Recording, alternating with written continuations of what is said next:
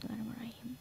Assalamualaikum warahmatullahi wabarakatuh. Selamat pagi, Om Swastiastu, salam sejahtera bagi kita semua. Semoga apa yang kita kerjakan hari ini itu tercatat sebagai amal dan juga ibadah kita. Amin. Dan masih bersama Bu Luha di mata pelajaran sejarah, kita hari ini masih membahas tentang perang mempertahankan negara kesatuan Republik Indonesia. Khususnya adalah pertempuran Medan Area dan juga Ambarawa. Yang pertama adalah peristiwa Medan Area. Berarti peristiwa ini terjadi di kota Medan. Nah, peristiwa ini diawali ketika tentara sekutu bersama tentara Nica itu tiba di kota Medan pada tanggal 9 Oktober 1945 di bawah pimpinan Kapten Kelly. Nah, di bawah pimpinan Kapten Kelly, tentara sekutu dan juga Nica itu mulai menguasai pusat-pusat penting di kota Medan. Sampai pada akhirnya di sebuah hotel di kota Medan, tepatnya di Jalan Bali, itu terjadi perselisihan antara tentara Belanda dengan pemuda Medan, di mana pemuda Medan itu selalu identik memakai lencana merah putih. Nah, di sini tentara Belanda itu merampas secara paksa lencana merah putih, salah satu milik pemuda Medan. Kemudian lencana tersebut diinjak-injak. Menginjak-injak lencana merah putih itu sama dengan menginjak-injak harga diri para pemuda Medan.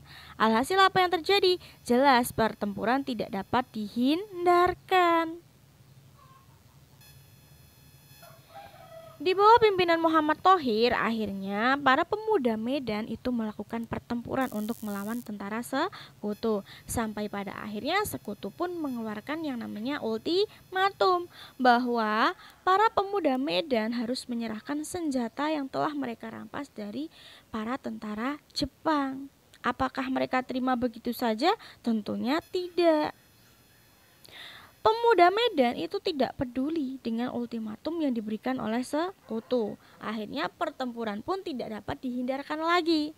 Sampai pada akhirnya para pemuda Medan memutuskan untuk bergabung dalam satu komando yang dikenal dengan Komando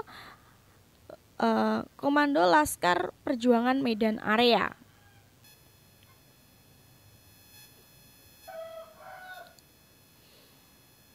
Sampai pada akhirnya peperangan itu tidak dapat dihindarkan secara terus-menerus dan tentara sekutu akhirnya memilih untuk memasang papan-papan pembatas di beberapa titik kota Medan yang bertuliskan bahwa ini adalah batas kota Medan dan para pemuda tidak diizinkan untuk memasuki wilayah tersebut.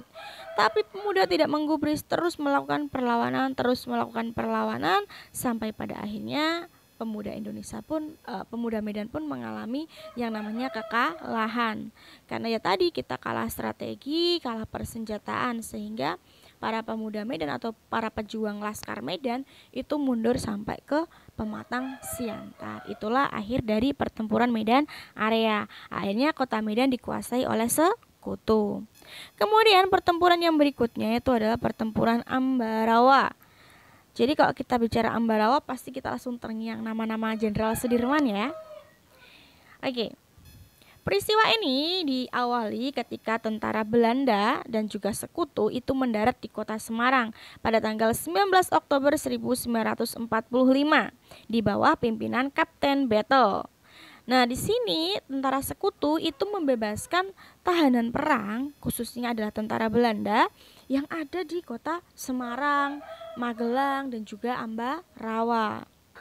Awalnya kedatangan sekutu ini disambut baik oleh Gubernur Jawa Tengah yaitu Mr. Wongsonegoro.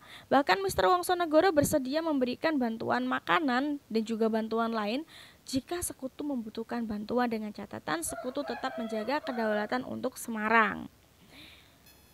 Namun apa yang terjadi?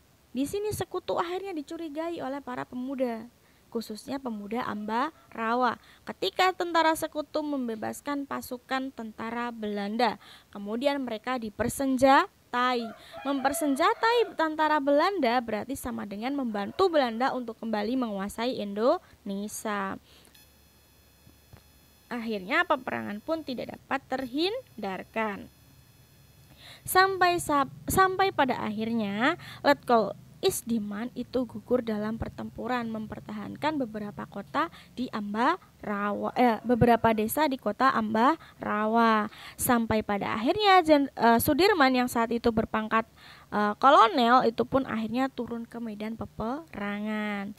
Kemudian jenderal sampai kolonel Sudirman itu melakukan yang namanya rapat bersama para pasukan TKR yang ada di Ambarawa, dan akhirnya keluarlah ide yaitu yang dikenal dengan strategi supit urang. Jadi mengepung tentara sekutu dari segala arah. Jadi gambarannya seperti ini, sekutu itu dikepung oleh pasukan TKR yang ada di kota Ambarawa, dan tidak hanya pasukan dari Ambarawa, Kolonel Sudirman pun juga mendapat bantuan dari beberapa wilayah di sekitar Ambarawa seperti Magelang, Semarang, Solo, dan kawan-kawan di sekitarnya seperti itu.